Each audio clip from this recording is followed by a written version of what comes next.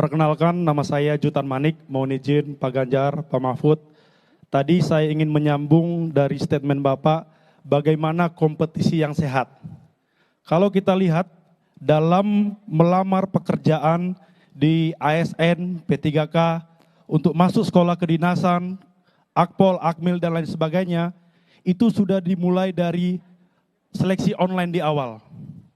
Tapi ada lagi nanti seleksi wawancara yang menurut saya ini membuka potensi adanya negosiasi mungkin akan diberikan kepada orang yang memiliki privilege.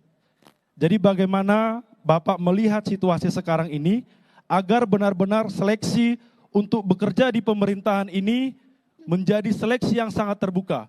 Kalau untuk swasta saya tidak beri komentar, tapi untuk negara, karena ini milik kebersamaan kita semua sebagai masyarakat Indonesia, saya ingin ini menjadi konsen perhatian Bapak semuanya, bagaimana dalam seleksi untuk bekerja di pemerintahan itu sangat transparan. Mohon arahan Bapak. Terima kasih. Saudara, adik-adik sekalian, sama dengan Pak Kadri tadi ini pertanyaannya, agar pemerintah itu membina generasi muda itu tanpa diskriminasi, dibina secara bagus, diberi peluang secara bagus. Saya ingin perkenalkan nih, saya bawa 2 anak saya yang milenial. Ini satu, berdiri Wan, ini Dr. Ikhwan Zain. Sekarang dia sedang menyelesaikan PhD programnya di Amsterdam University. Kebetulan sedang penelitian. Sejak sekolah dia mencari beasiswa sendiri. Tidak menggunakan nama saya. Orang malah tidak tahu kalau dia anak saya. Dia cari sendiri, dia dapat sendiri dengan prestasinya sendiri. Anak saya yang kedua Dr. Vina Amalia ini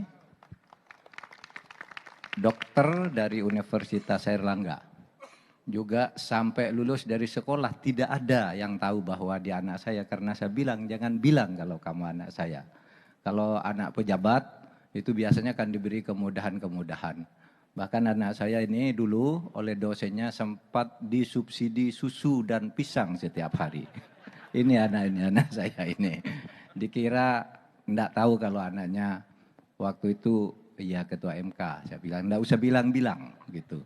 Nah, saudara, pemerintah sekarang menyadari itu bahwa banyak kadangkala kecurangan-kecurangan yang dilakukan karena nepotisme, karena kolusi, sehingga orang yang sebenarnya tidak berhak untuk mendapat sesuatu dari fasilitas negara, misalnya menjadi pegawai, naik pangkat dan sebagainya, itu sudah banyak dilakukan.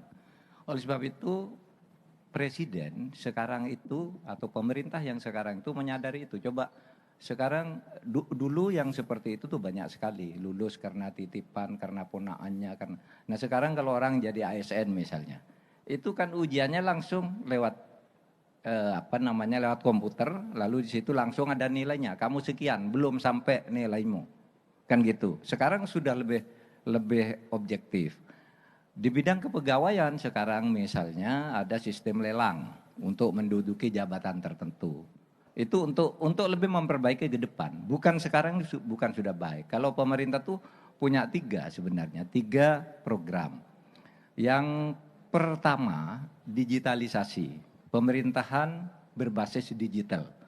Jadi semua sekarang ini anak-anak ya kalau ngelamar proyek, ngelamar pekerjaan, semua lewat digital. Bahkan perkara pun sekarang itu sekarang sudah mulai digitalisasi. Saya bersama Pak Gatot Edi ini lewat Polri membuat perkara, misalnya sekarang perkara pidana nih sampai dilaporkan oleh Pak Saur.